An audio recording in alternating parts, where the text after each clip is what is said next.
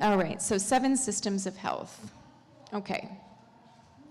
So I know that the conference is on lifestyle medicine, which is all of us, right? So bringing together the whole self. And I think sometimes when, when people focus on nutrition, and I focused on nutrition a long time, but nutrition was more than food. How we eat is how we live. And how we live is how we eat, which was part of the reason that I needed to change my operating system of how I worked with people, because I couldn't just talk with them about food without talking about their lives. So, as Dr. Vanya has been in psychoneuroendocrine immunology, which is PNEI, for many, many years, and I do think we need to take nutrition and connect it to PNEI.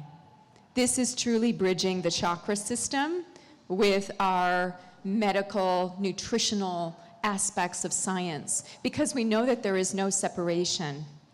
We just heard how emotions and cognition are connected, right? We know emotions and food are connected. Emotions and our health are connected. So there's no division. We need to embrace that whole. So when I talked about the operating system that I use, I'm going to try this pointer. Yes, okay. So this is what I teach to practitioners, and this is also how I work with people. This is the roadmap. So there are 7 systems. Each of them have a symbol. Each of them have a name. There is the anatomy, physiology, the core issues, lifestyle to keep it in balance, and foods that vibrationally, through color, connect to each of these systems. So as I take you through each one, I want you to be thinking about your own patients, maybe yourself. Where are you losing balance? Where are you overactive? Where do you have too much energy? So through certain assessments and questionnaires, we as practitioners can find out how to connect both of these, the physiology and the psychology, as we go. So think about each of these for yourself. And the names that I call them, because I don't call them chakras, because they're not truly chakras. They're chakras that have had a science makeover. So they are what I know about science infused into the ancient aspects of these placements in the body. So I use words like root, flow, fire, love, truth, insight, and rhythm, and connecting them all. You know, one of the things I love about Dr. Vanya, too, is she's very creative, as you can tell by her jewelry and how she dresses. And one of the things that came into my awareness as I started to put this together was art. I had endometriosis from a very young age, and I didn't like the colors pink and orange. I would never want to wear pink and orange, but I would paint them. And I would paint them in big circles, and I'd put them all over the house. And as I got older, my husband, who was then my husband, would say, Deanna, you're painting your ovaries and your uterus, and you're putting it all over the house. And I realized that my body was speaking to me through color, through shapes. So that's why I connect color into this system, because so many people connect to color, sound, light. These are the subtle aspects of longevity, right? We move away from the gross physical matter into the fine, subtle aspects of our being. So color, creativity, diversity, and rhythm are the principles that I use to connect these 7 systems. So I'm going to take you through each one. I already started with the root. How many of you like the color red? Like you really are drawn to red? A couple of you. Okay, only a few. So as I mentioned, sometimes red is a little bit too much. It can be too powerful. It can be so connected to inflammation, right? So if we look at this flow, and this is where the stress response connects to the immune response. And sometimes the stress that we feel is not our own. It comes from ancestral lineage and basically the stress within the epigenetic aspects of our being, right? So this is the DNA aspects. This is what is wired deep within that goes beyond our knowing. It's there for survival.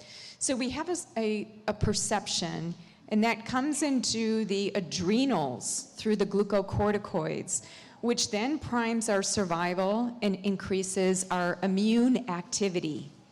And we start to see here things like autoimmunity or a hypervigilant immune system. So for some people with their root system, they are overactive, they have a lot of trauma, they're ungrounded, they're dissociated, they're fragmented in mind and in body. So they have eating issues. They don't properly regulate their appetite. And then in the case of where survival is low, there's low immunity, more infections, we lose energy quickly, right? We feel more detached. We're losing connection to the body. So I have protocols where I teach practitioners from an assessment of each of these 7, how do you now correct the imbalance with food and lifestyle? So with the root system, I talk about protein to stabilize stress response, bring in immune-enhancing foods. And what's really interesting is that I started to see that there was a pattern to the colors of food and the chakras. And so looking at the phytochemicals, like the polyphenols, helping with things like immune activity, helping with things like stress response, because many of them look like adaptogens.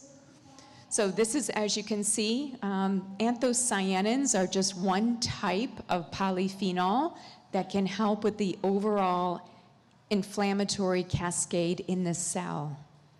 So we're speaking to the DNA to be quiet, to be calm, that you can survive through plant foods, especially those that are red. And of course, I go into this in much more detail in my training and also in my books, but this is just a quick snapshot for you. When it comes to supplements, focusing on the basics, the foundation of our physical being through protein, lysine, which also helps with reducing viruses, having omega-3s, fiber, certain vitamins, minerals. I do think that helping the adrenals to work through adaptogens is important. Plants are very intelligent. That's what I love about Brazil. You have an awareness of plants. These plants have certain actives that can inform our stress response. And then anti-inflammatories, and quercetin is a powerful, it does so many things. That's another beauty of plants, is that they do multiple things. And from a lifestyle perspective, somebody that has an imbalance in their adrenals or their root system, maybe they need to wear more red, wear less red, bring red into their environment, connect to community, connect to healthy relationships, and also ground in the environment. So rooting into a community is very important. One of the things I can tell about the Brazilians that I've met is that there's a strong sense of connection, community. This is part of longevity. It may not come in a pill, but it's so essential to who we are. So social gatherings, looking at, I think in the United States, I talk about leaky life. So many people have a leaky life because they say yes to everything and they don't want to say no. So there is fear and stress response about, if I say no, what will happen? So here is where I talk about healthy boundaries and being in your physical body and feeling centered. Being in nature also provides the nourishment for the immune system. And as we can see here, this is a wonderful review article looking at nature exposure and helping with immune system functioning. It doesn't cost people anything. They just need to be outside, and they can help their natural killer cell response. Okay, so that is the root system. I'll move faster through some of the other systems. When I do these questionnaires, I have had thousands of people do the questionnaires. Most people have an imbalance in their root system.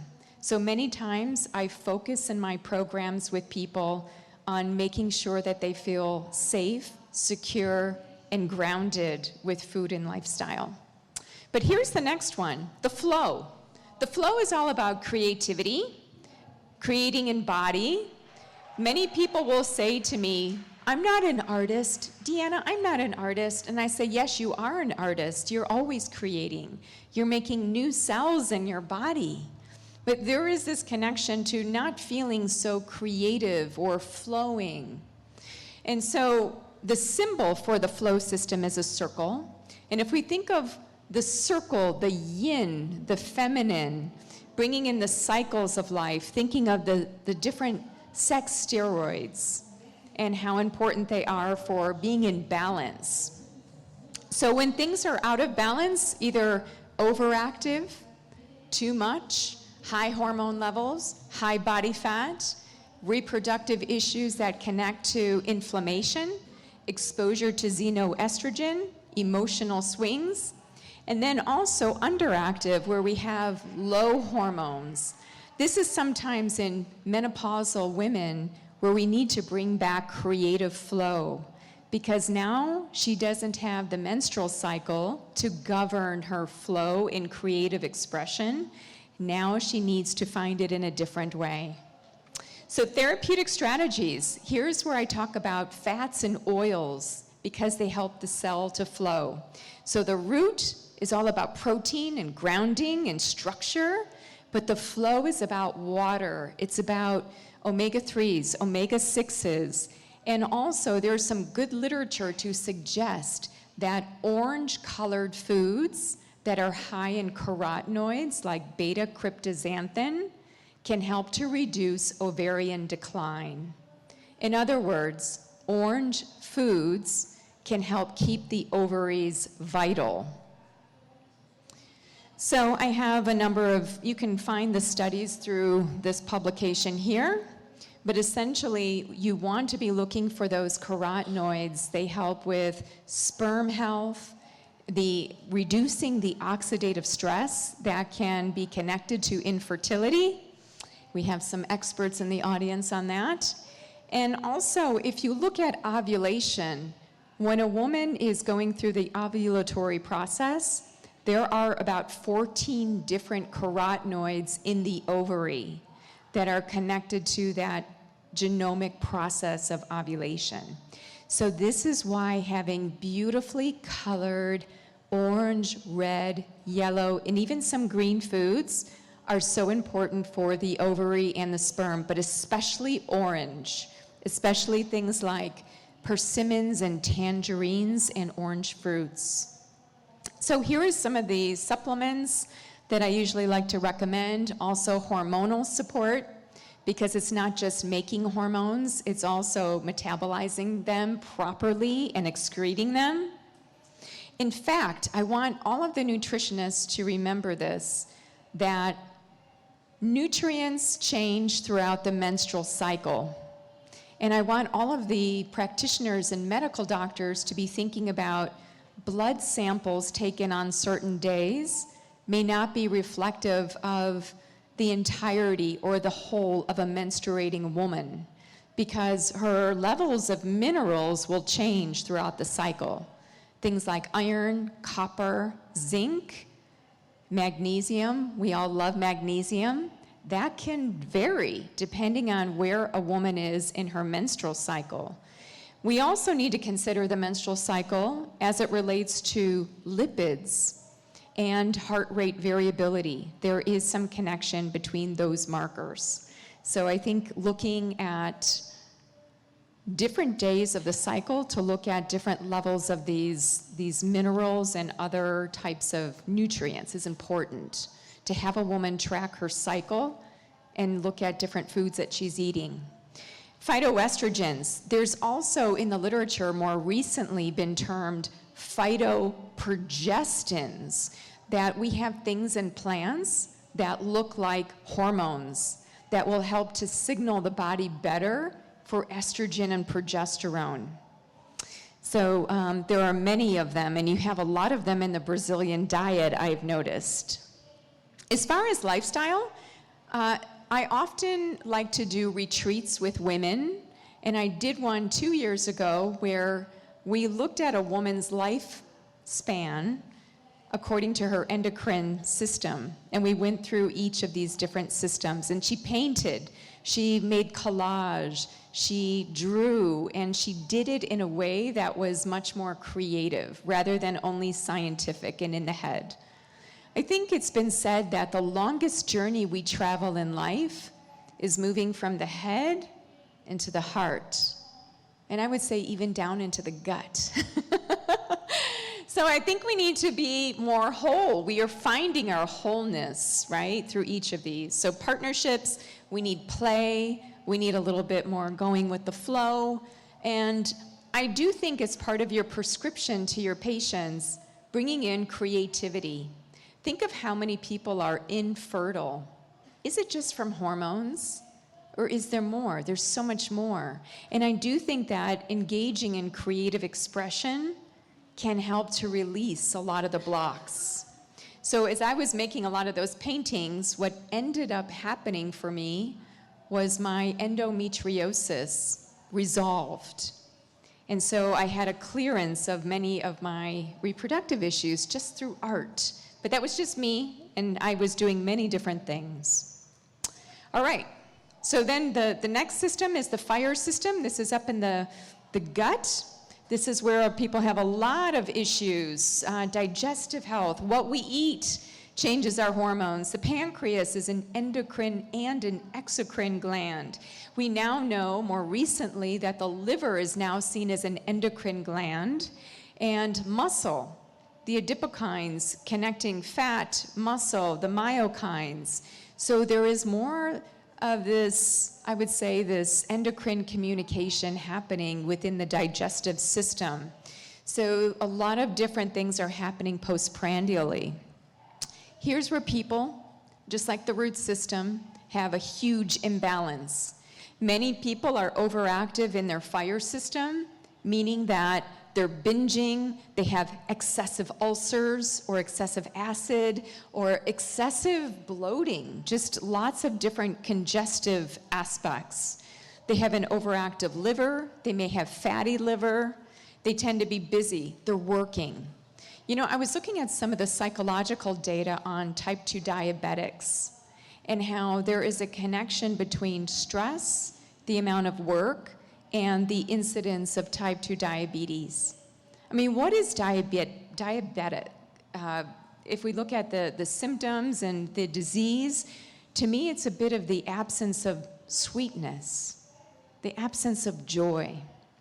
So, and then for other people who are underactive, they feel burnt out. They feel depleted. They don't have fire. So how do we bring back the fire to the gut? We have a better low glycemic dietary pattern, healthier sweeteners like honey, which is yellow. You know, a lot of the bee products are very medicinal. So we have bee pollen.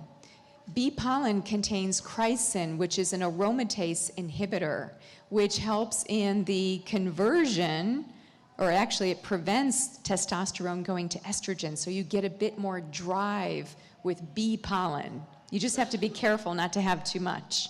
Fermented foods, yellow foods, lemon juice to help with pH, apple cider vinegar to help with glycemic response. And then, of course, I like ginger, pineapple. Ginger helps with the motility of the gut. So you see the connection with yellow, these yellow foods, and how we're burning bright and burning healthy with those foods. Oh, by the way, I just want to mention, too, it's very interesting. We just heard a talk on neurotransmitters. There have been papers that look at neurotransmitters in food. And what's interesting is that the foods that have the highest amount of serotonin are yellow.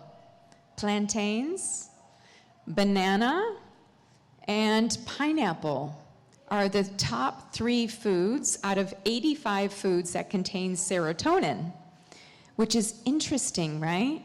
But what we don't know is if you eat those foods, do you become happier? I don't know. We need the research. Here's some more nutrition support, digestive support. We are hearing a lot in the States about Ozempic and GLP-1 agonists. And what I would say here is let's tickle the bitter receptors in the gut with bitter agents, right? We also have bitter receptors in the ovary. We have them in the respiratory tract. We have them in the brain. They are throughout the body. So we need bitter. Bitter is said to be better for certain things. So I think it can help our fire system. And of course, fiber. Fiber does a lot of different things. It gives us short-chain fatty acids, changes the microbiome, which is an inner community.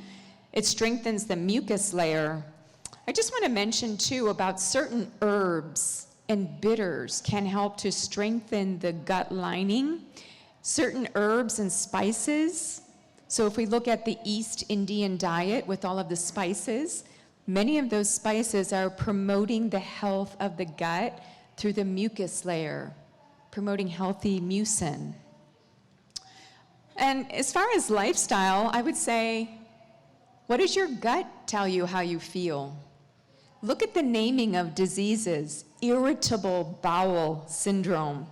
What are we irritable about? This is a feeling center. The low body is a feeling center. We think that the feelings are up here, but they're all down here. 90% of the afferent neurons are signaling to the brain the response that they're taking in. So let's look at how do we bring in more sweetness and joy? What gives us energy rather than taking it away? Who likes green? Anybody like green as their, okay, I thought I would have a lot of green in this room because green is the color of healing and nature. It's the heart. And when we think of the heart signaling to the brain, this is a pivot point of power. And the more that we connect to the heart, the better our expansive nature, compassion, devotion, having this connection in helps with things like relaxation of the blood vessels. So if somebody has an overactive love system, things will be more sympathetic, high blood pressure, more inflammation, warm hands, lots of heat. They may have a high heart rate. They may breathe quicker. Somebody with a low, underactive love system would have just the opposite. They're cold, low blood pressure. When I was in the clinic, I had a woman who had just experienced a lot of grief, and she stopped eating green foods. And I said, no, those are exactly the foods you need to eat to open up your heart, to open up your blood vessels, and to begin to circulate and feel warmth again, right? So much of what I'm putting together has come from observation of working with people. So bringing in foods that will open the blood vessels, foods that are rich in nitrates, foods that are rich in vitamin K, magnesium, and folate, anything to keep the blood flowing. Just like we heard in the previous talk, the brain needs blood flow, and that starts to be reduced as we get older. So making sure that we tend to the heart means that we are taking care of the brain. You know, it's so interesting because cardiologists will say, the heart is the best. Then the neurologists say, no, the brain is the best organ. And then the gastroenterologist will say, no, the gut is the ultimate. Well, I think any of them, they're all part of this great big web, right? But the heart does do a lot of connection with the brain, as we know from heart rate variability. So, green foods, vessel expanding, vitamin K1 is where we get from these green leafy vegetables, as well as a number of different nutrients that we need for healthy blood pressure in the heart. So I have a number of them here. Coenzyme Q10, chlorophyll. If you think of it, chlorophyll is a plant's blood. It's the carrier of energy.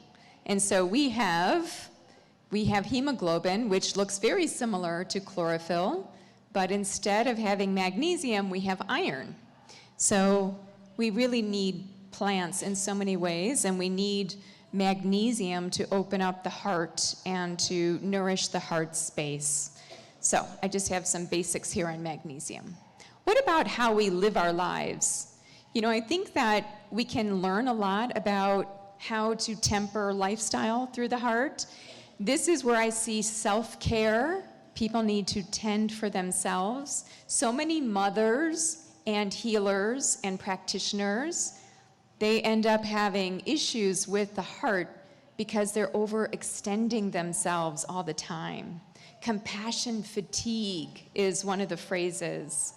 There's also broken heart syndrome, right? The idea of disconnecting through the heart space when there has been grief or trauma. So one of the clinical tools that I like for this is heart rate variability. They have monitors that you can wear, and even in the clinic, I would have people connected to heart rate variability, and then I have a conversation with them, and I can see when their heart is in coherence and when their heart goes out of coherence. It's really a great clinical tool. And of course, through heart rate, we can see and feel and experience emotions. You know, I've often told clients that your heart doesn't lie. Your brain might lie, but the heart cannot lie. There's evidence of the feeling that comes through the pattern of the heart rate. And of course, nature. This is where connecting the root system of being grounded with the respiratory aspects of breath and oxygen and taking in the forest. If you look at the word forest, for rest, parasympathetic nervous system. Okay, moving on up to the thyroid. This is where also I see a lot of issues, especially with women. Thyroid health, oral health. And so I like to associate this with how we speak. So if we think of birthing physically, we also birth through verbal expression. The heart is like the incubator of the passions that get verbalized. And sometimes what I have seen symbolically and actually in a manifesting way is that people who cannot get that out, they start to get blocks. They start to get inflammation in their mouth or in their throat. They can't swallow right. And so there's a lot of activity in this general area. So I put taste in this area because it encompasses the tongue. And what's interesting is that our emotional state connects to how we taste food. So I think that this is important because here's the one study. It was a sport game, hockey game, where there were 4 wins, 3 losses, and 1 tie. They had food at the event, and then based on the emotion, like if you wanted the team to win and they won, then you tried the food. What the researchers found was that the positive emotions were associated with more sweet taste and less sour. So you get more satisfaction from your food when you're feeling better. Whereas when you don't feel as good, when you're upset because your team lost, now there's a greater sour taste. So your taste is always changing. Nutritionists know this because even doing an elimination diet, within 7 days, a person's taste can completely change. So, and also, taste changes through the menstrual cycle. Taste is always changing, right? And there's some good literature, in fact, I was looking at it today, on smell. Smell and taste are connected, and losing sense of smell is associated with cognitive impairment. So you always want to be assessing smell and taste. This could be zinc deficiency, if there's an issue with taste. Vitamin B12, vitamin D can help with the olfactory sense. So, with the truth system, this is a big one for many people. Lots of congestion here. With overactivity, maybe lots of sore throats, inflammation in the teeth. They might have a tight neck, overactive thyroid, autoimmune thyroiditis. Underactive, there can be some kind of blockage or underactivity in that space. Again, these are just patterns, and many times what you see is multiple systems are out of balance, and other systems are overbalance. So, what I'd like to focus on here is not what people are eating, but how they eat. Taking the time. I like to look at the alchemy of food, bringing together the different elements. So taking the earth element with the water element, having broth, having soup, mindful eating, focusing on this rather than this, and really experiencing the taste, the sensations. You know, sometimes I think we have lost the aspect of taste with supplements, because in traditional Chinese medicine, you need to taste the herb in order for it to have medicine in the body, right? To have an effect. So taste is part of the medicine of food, of supplements, and I will often tell people, chew your smoothie. Don't just drink the smoothie quick, chew it. I've learned from a dentist that I teach with at the Institute for Functional Medicine that chewing is connected to cognition. So if you stop chewing and you're only drinking foods, you're not stimulating the teeth that stimulate the root fibers, that stimulate the brain. So chewing enhances cognition. Oh, I had a number of foods there, but you saw them. Brazil nuts, thanks to all of you, which I learned are grown in the northern part of Brazil, right? Rich in selenium. And when you have high selenium, you have lower mercury. Selenium protects against mercury toxicity. The other thing that I think is important for this part of us is diversity. Diversity is nature's principle. And I gave a talk, a 90-minute talk in the United Kingdom just on this. Dietary diversity helps the gut microbiome. It helps our immune system, it helps our mood, it helps our cognition, it helps to reduce fractures and falls. I mean, this is just changing the diversity of what we eat. 50 foods in 7 days is, I would say, the clinical benchmark. The American Gut Project found that 30 unique foods, rather than less than 10, was protective in terms of helping gut health. So change it up, because people get into ruts, right? They have a life rut, then they have a food rut, then they have a life rut, and then they have a food rut. They stop getting the diversity. That's what I love about traveling. I get to have dragon fruit for breakfast here, which I don't have in the States. So lots of different things to support the neck, the tongue, the ears, the nose. Think of the nasal microbiome. Think of how we change the oral microbiome through mouthwash, through chewing gum. We're changing this microbiome, which is very potent for everything else. It's part of the gut. And I do think bringing in some sea plants. I don't see a lot of sea plants here in Brazil. No? Okay. Yeah, I didn't notice, but there can be rich sources of essential minerals that we need, like zinc. And in fact, I teach a lot of detoxification courses, and one of the principles is that essential minerals compete with toxic metals.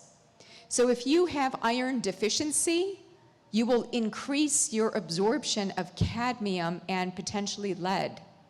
So you want to ensure that you have very rich mineral food, so like sea plants or other things, like Brazil nuts and other nuts. And then what can you do with lifestyle? We can express, we can hum, we can sing, we can bring the vagus nerve into balance with gargling. You know, so many Ayurvedic practices focus right here. It's all in the mouth. All right, home stretch. So brain health, you've already heard a lot about brain health. This is the pituitary gland, by the way. So we've made our way all the way up here. This is often referred to as the master gland, or in ancient Sanskrit tradition, it would be the third eye. Why is it the third eye? Because it's right in the middle of the forehead. The pituitary is just right there in the middle. So it's essentially right behind your nose. So it is kind of another eye to be seeing because it's orchestrating a lot of the endocrine activity. So if this is overactive, if your brain is overactive, you might have a lack of ability to focus. You might get inflammatory conditions, headaches, migraines. If you have underactive, maybe you get more forgetful, or you need more sleep. You might feel more prone to depression. So what I think you can do here, this is where color, blue, purple, and black, and even a bit of brown, come in from a food perspective, which aligns to that chakra. So you have those colors which connect to anthocyanins, proanthocyanidins, proanthocyanins, the whole complex of different polyphenols that are specific to blue-purple foods, like acai. In fact, I'd like to look at the phytochemical composition of acai. I think it's very much a brain neuromodulatory food, as well as a gut food because of all of the prebiotic fiber. So we already heard about MCTs, but expand your horizon, because when I would ask people about the colors of food, this is the one they don't get a lot of. It's very low. So keep in mind, blue, purple for the brain. And I know that we're going to have a tool for children to talk about the rainbow of foods and where they connect in the body.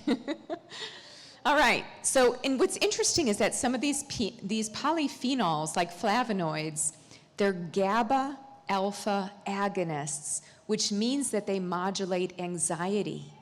So people that have higher polyphenols, so acai, berries of various types, dragon fruit must have some.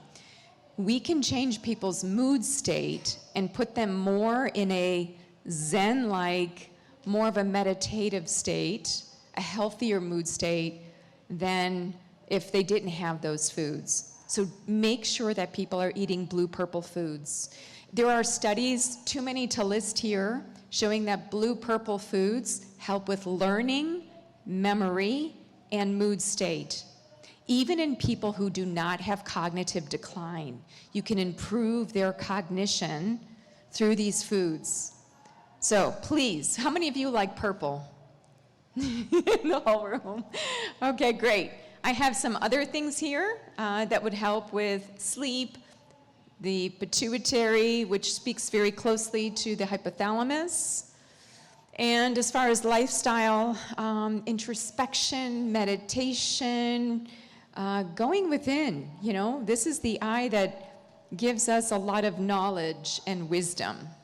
So getting rest from overthinking and having proper sleep. There's a lot of new data now on the glymphatic fluid, the glymphatic flux. Do you know about this, right? This is the glial cells, which have their own lymphatic drainage. Melatonin can help to facilitate the detoxification of amyloid and tau proteins from the brain in the process of sleep. When is melatonin high from the pineal gland? Between 2 and 4 a.m. And that's when a lot of the antioxidant enzymes are also peaking.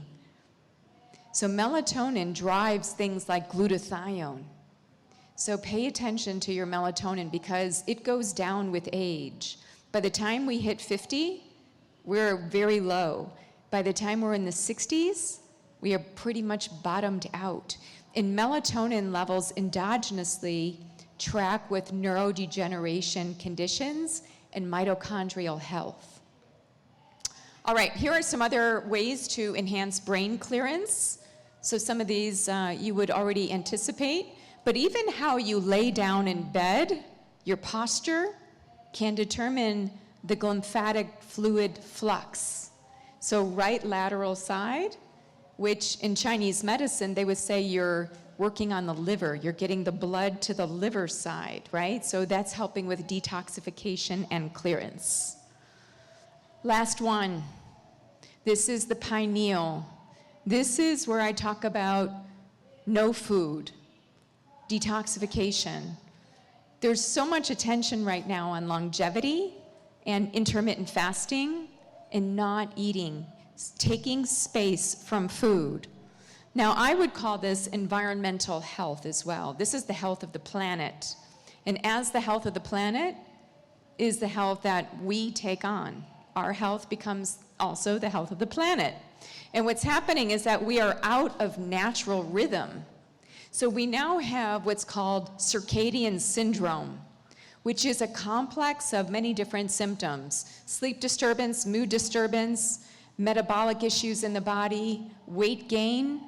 So this is even more profound in impact than metabolic syndrome. It trumps metabolic syndrome, this circadian syndrome. This shows how out of alignment we are with the planet and with the rhythms that run us. The lunar rhythm, the menstrual cycle, the day-night cycle, the seasonal cycle. When we eat in season, we get different phytochemicals that help our bodies to tell time and connect to certain parts of the brain to help us with hormones. So, when we are out of touch with our system of rhythm, we can see a number of things. We can see high toxins. Some people are developing different kinds of sensitivities, like electricity sensitivity, EMF sensitivity, radiation sensitivity. Everything, the invisible fields around us, we're becoming more sensitized to them, aren't we? I just had some students asking about what can we do about EMF? What can we wear? How do we protect ourselves? And there isn't a lot of science outside of just saying, just have greater distance, try to reduce exposure. And for some of us, we may not be able to actually, let's just talk about psychologically connect better to the whole, to the rhythms of nature. We might have shift work, where people work at night and sleep during the day. There can be other issues. So, what can you do to help with clearance, detoxification in the body? Many different things. You want to focus on whole foods, and especially I also look at those polyphenols because they don't just help the brain with mood. Some of the polyphenols have chronobiotic effects, like cherries and grapes. If you have them out of season, it's signaling to the hypothalamus certain appetite cues. It can change our ability to change our body weight just by eating certain foods out of season, right? So detoxifying foods, I love the brassica family, cruciferous vegetables. Sulforaphane can help to protect our glial cells. You want to reduce the use of plastic. I think Brazilians are pretty good about that, are they? They could be better? Okay. That's intermittent fasting, and also just some of the basics. Rotate. One of the things that I have brought into just clinical work is rotating fibers. I think that we bind different actives better with different types of fiber.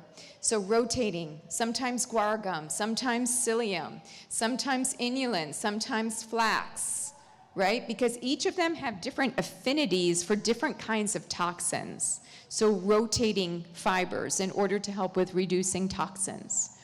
And the more that somebody is nourished, the lower the amount of the impact of toxins. All right, so these are some of my favorite supplements. I've seen here N-acetylcysteine, or NAC. Sulforaphane is a powerhouse. And don't forget that the minerals that I spoke of do compete with toxic metals. And I have that here.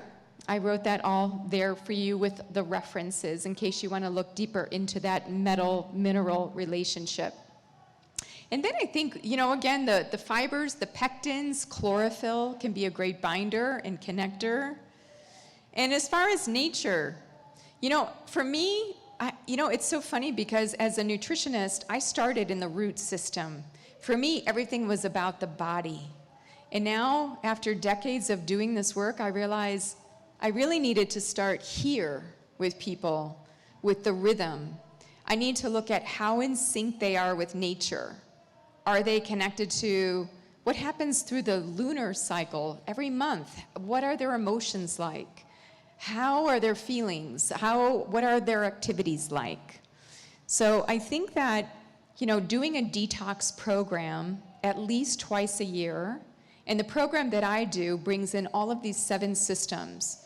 So looking at toxic food, toxic emotions, toxic thoughts, toxic or inactivity, physical activity, toxic words, toxicity in the way of how we sleep or have mental patterns, and then toxicity in the way of anything that blocks our connection with our greater sense of purpose and meaning. So I look at detox a little differently. And then don't forget, different things can help as far as sweating from a lifestyle perspective. Sweat can drive out a lot of these toxins. In fact, there was a study that looked at physical activity with sweat and sauna and sweat. And they found that the physical activity is better. The sauna will help to release the sweat, which is good, but the physical activity combined with the sweat is even better for reducing toxic burden. All right, so we're a web. This is the wholeness, these 7 systems that are at play always within us, psychologically and physiologically. And, I give credit to my teachers, Dr. Vanya, Dr. Bland, so many people that have looked at PNEI, connected it to food. And I'm excited for longevity and where we're going with quantum science. Where are we going with biophotons, the vibratory aspect of food, of sound? So I think that that's where we're going more and more if I look at where science is taking us, which is exciting because that's what the ancients knew all along. So I'll let you decide what the summary is, whatever your takeaways are. Thank you. Obrigada.